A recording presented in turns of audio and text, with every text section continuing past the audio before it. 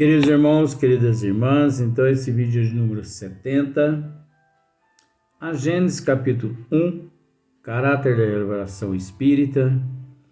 Então você que teve a oportunidade de nos acompanhar, você conseguiu já captar algumas diferenças, porque diferem vem de diferença, diferença vem de diferem.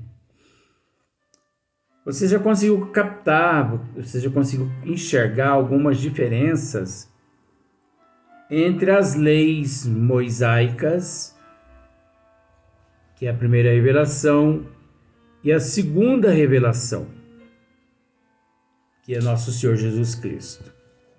Só que não basta isso.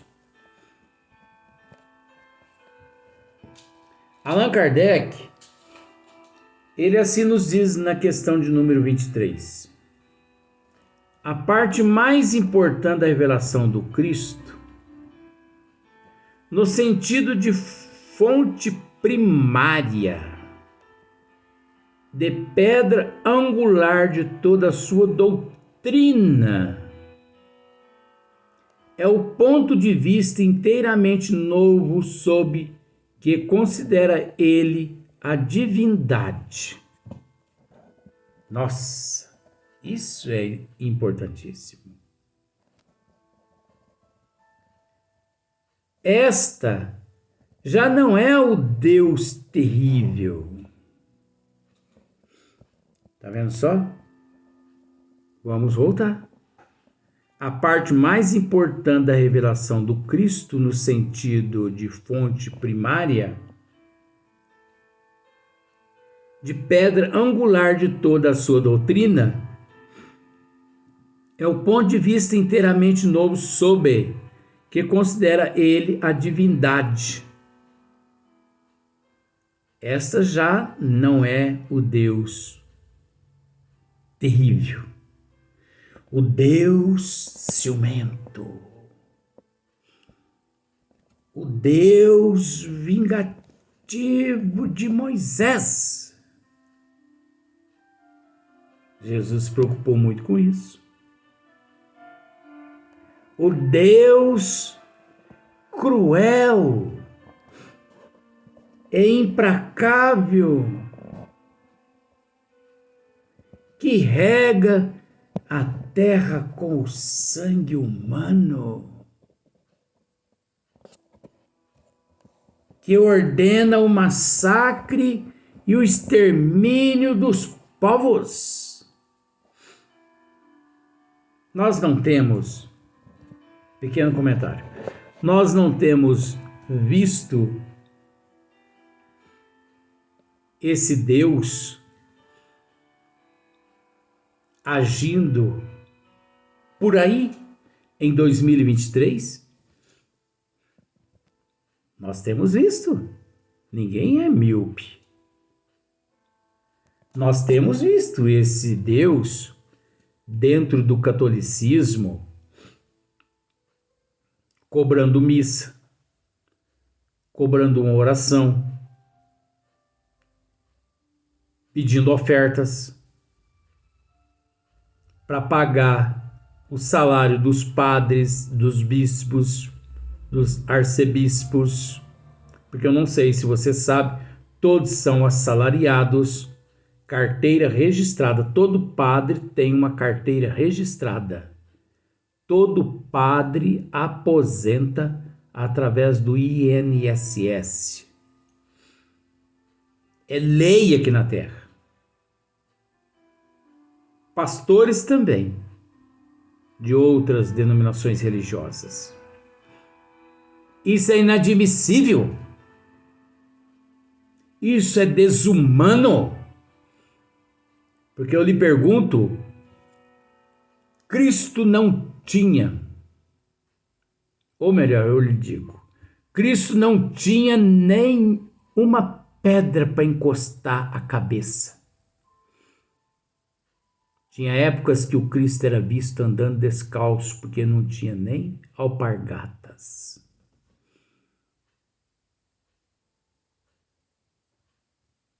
e os apóstolos também não tinham benefícios da águia romana nenhuma. Todos trabalhavam de sol a chuva, braçal, maioria pescadores, cobradores de impostos. Tirava o teu sustento do suor do rosto. Naquela época,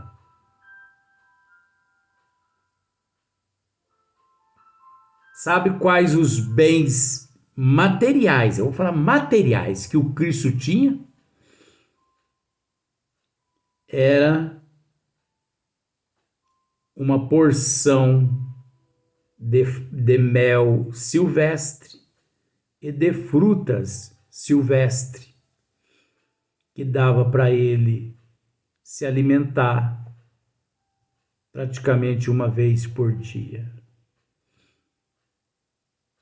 E ele não se preocupava com o sustento do amanhã, porque o amanhã, para ele, ainda viria. Hoje nós nos preocupamos com daqui 50 anos, tanto com o nosso sustento, como o sustento também da nossa família. Ah, mas os tempos são outros. Os tempos são outros. Sim. Mas nós temos que aprender a ser bons administradores e não materialistas e apegados em bens materiais, porque quando retornamos à pátria espiritual, tudo na terra fica. Eu lhe pergunto, quais as pessoas que retornaram à pátria espiritual que levaram o seu automóvel, a sua casa, a sua roupa? Inclusive, todos os bens ficam para que as pessoas, os familiares, façam doações a quem eles quiserem. Do mesmo modo que a pessoa chega ao corpo físico desprovido até do nome, dependendo dos pais para suprir-lhes as necessidades em todo sentido, ele retorna à pátria espiritual deixando tudo aquilo que ele amealhou, retornando à pátria espiritual, não levando nem as roupas do guarda-roupa. Então, para que queimar neurônio? Vamos nos preocupar com o necessário, nunca com o supérfluo, né? Então, Jesus, ele veio não dizer que a lei mosaica estava errada. Não. Mas ele veio nos trazer as leis de Deus e não exigiu de ninguém que as seguissem.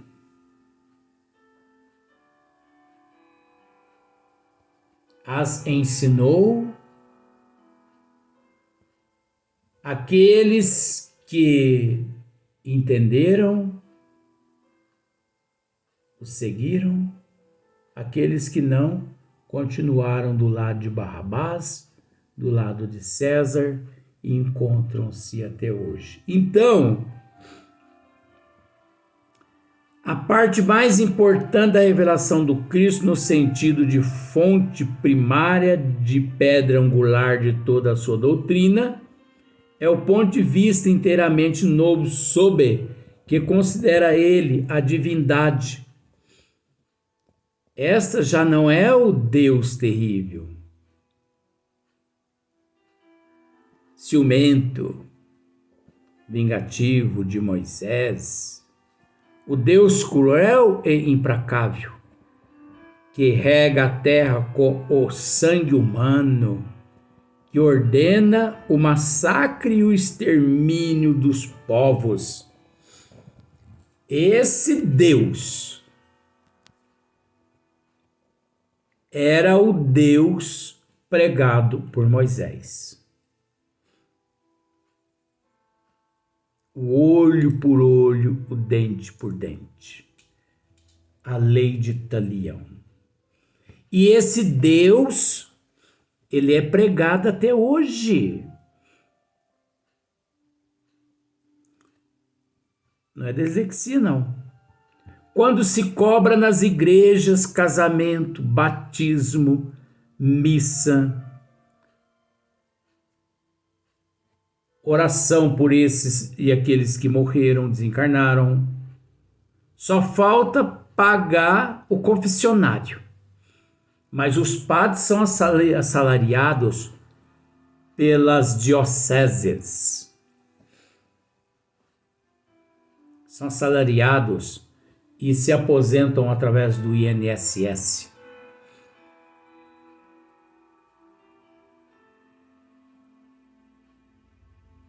De forma que toda a arrecadação vai para o cofre do Vaticano.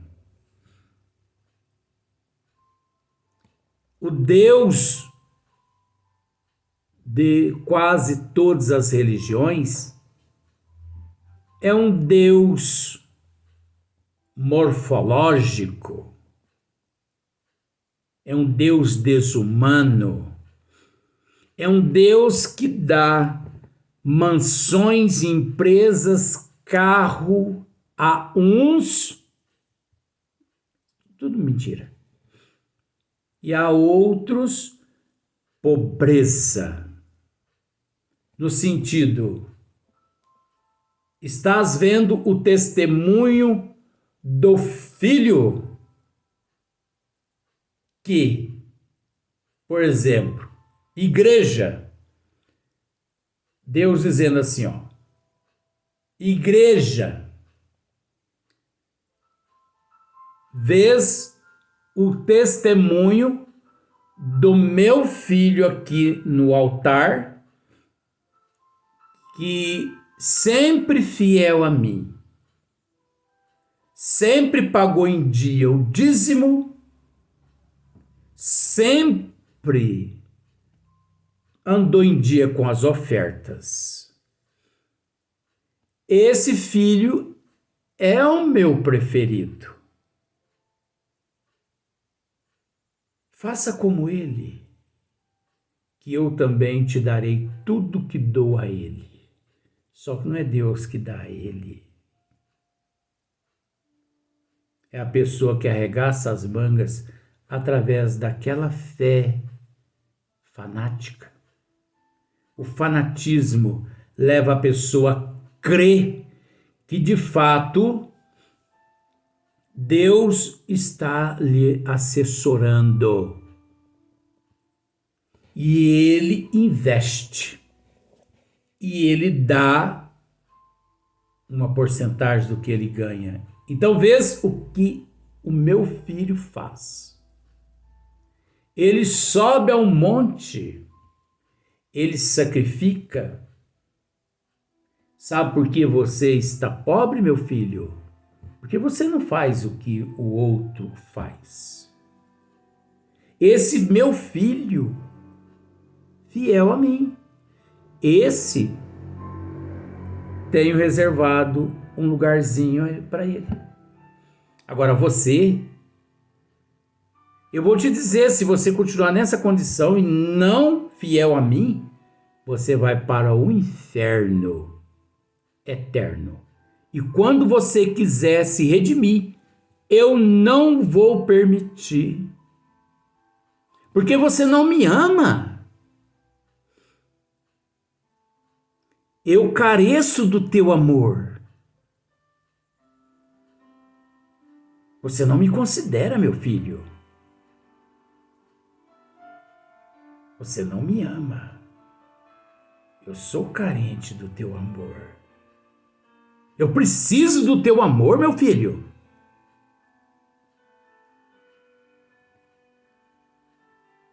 Então o que te aguarda é um inferno por toda a eternidade.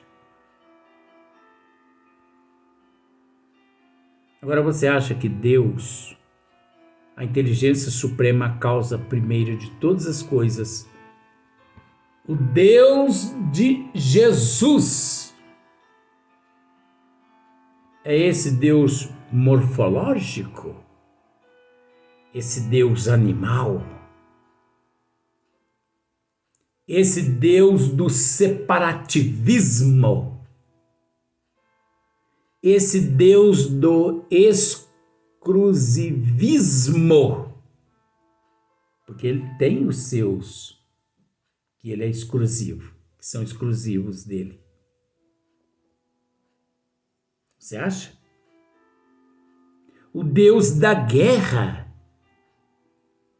Quantos milhões de soldados antes de ir à guerra, os padres os benze com água benta,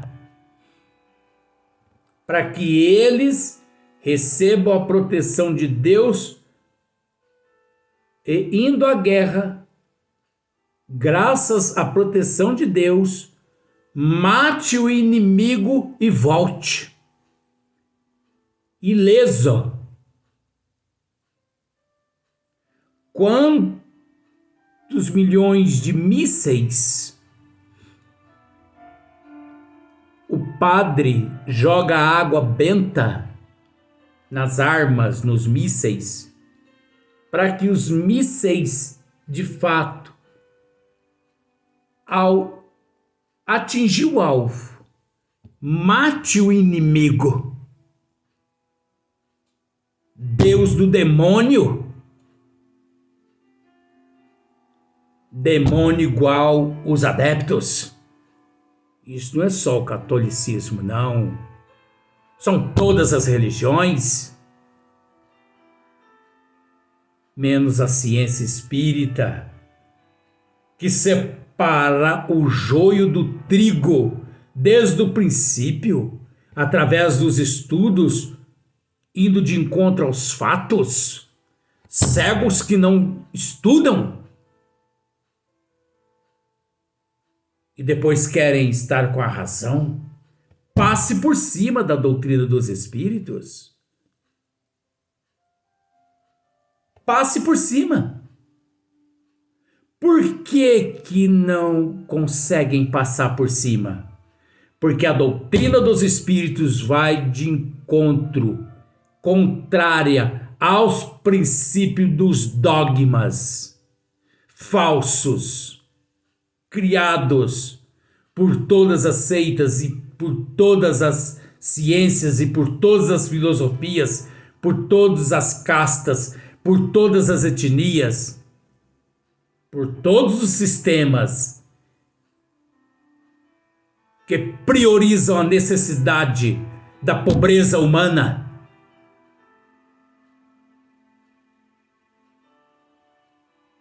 Por isso, a importância de nosso Senhor Jesus Cristo. Está vendo só a diferença de Moisés e Jesus?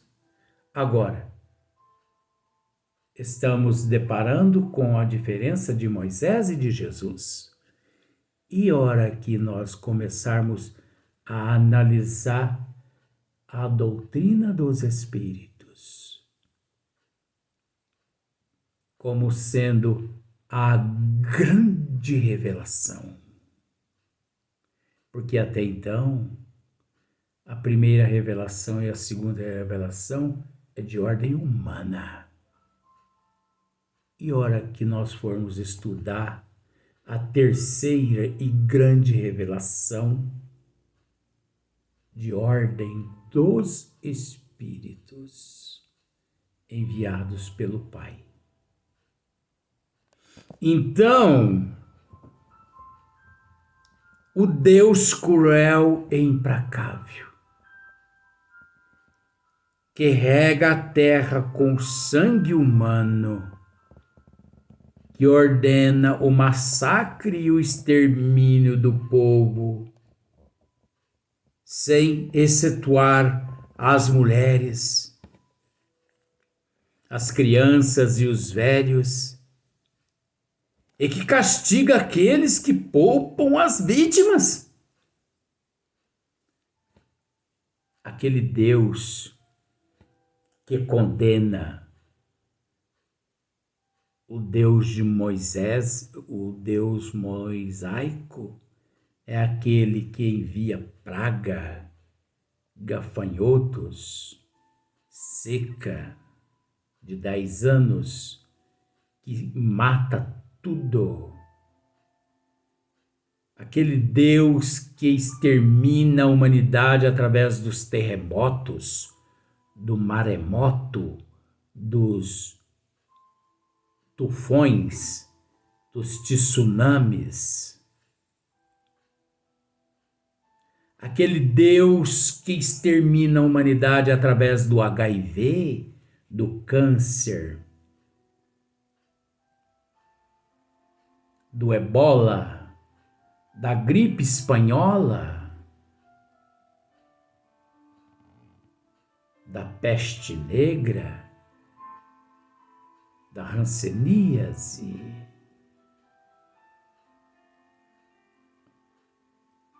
do Covid,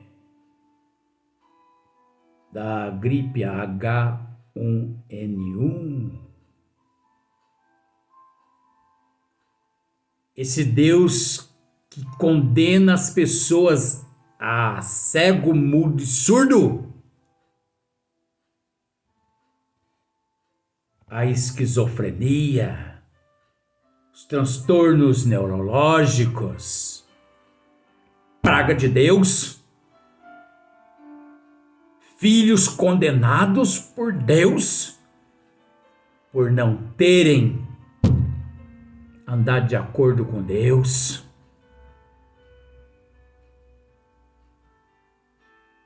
Cadê a lei de causa e efeito? Cadê a lei de ação e reação? Cadê o mundo de prova de expiação? Por isso que Moisés ocultou a imortalidade da alma, porque provar e se fazer presente a imortalidade da alma é preciso mostrar os fatos. E tinha Moisés moral suficiente para mostrar os fatos? Quem tem moral de mostrar os fatos? A não ser Cristo e a não ser Hipólito Leonizard Rivail. Ei, gente, isso aqui não é brincadeira. Então, que castiga aqueles que poupam as vítimas, já não é o Deus injusto, que pune um povo inteiro pela falta do seu chefe, que se vinga do culpado na pessoa do inocente. Como pode, gente? Como pode? A lei mosaica diz que todos nós carregamos o pecado original. Que pecado original é esse? Eu sou responsável por aquilo que Adão e Eva fizeram lá no paraíso do Éden mitológico?